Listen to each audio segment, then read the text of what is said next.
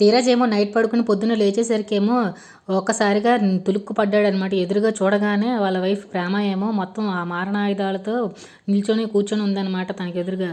"ఏంటే ఇలా కూర్చున్నావు ఇవన్నీ ఆయుధాలతో" అని చెప్పేసైతే ఉంటుంటే తనేమో చాలా ఆహ్, కోపంగా చూస్తూ ఉంటుందనమాట. పెద్ద గొడవలు పట్టుకొని.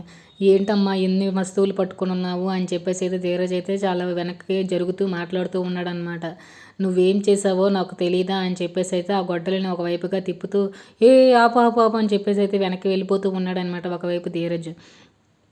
ప్రేమ అయితే చాలా కోపంగా మంచిగా ఈ గొడ్డలు పట్టుకొనైతే తన మీదకి రాబోతూ ఉంటుందనమాట. ఆగు ఆగు అసలు ఏం చేశాను నేనసల అని చెప్పేసి అడుగుతూ ఉంటుంటే, "నువ్వు నైట్ చేసిన ఘనకార్యం గుర్తుందా" అని అడుగుతూ ఉంటుందనమాట.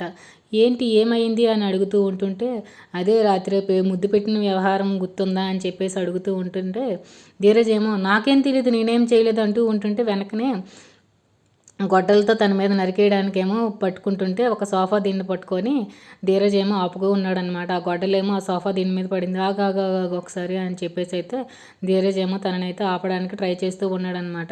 మళ్ళీ ఇంకోసారి గొడ్డలు పట్టుకొని కత్తి పట్టుకొని తన మీదకి పెట్టొస్తుంటే తన దగ్గరున్న గొడ్డలేమో ఈడి చేతిలోకొచ్చి అడ్డుకున్నాడనమాట.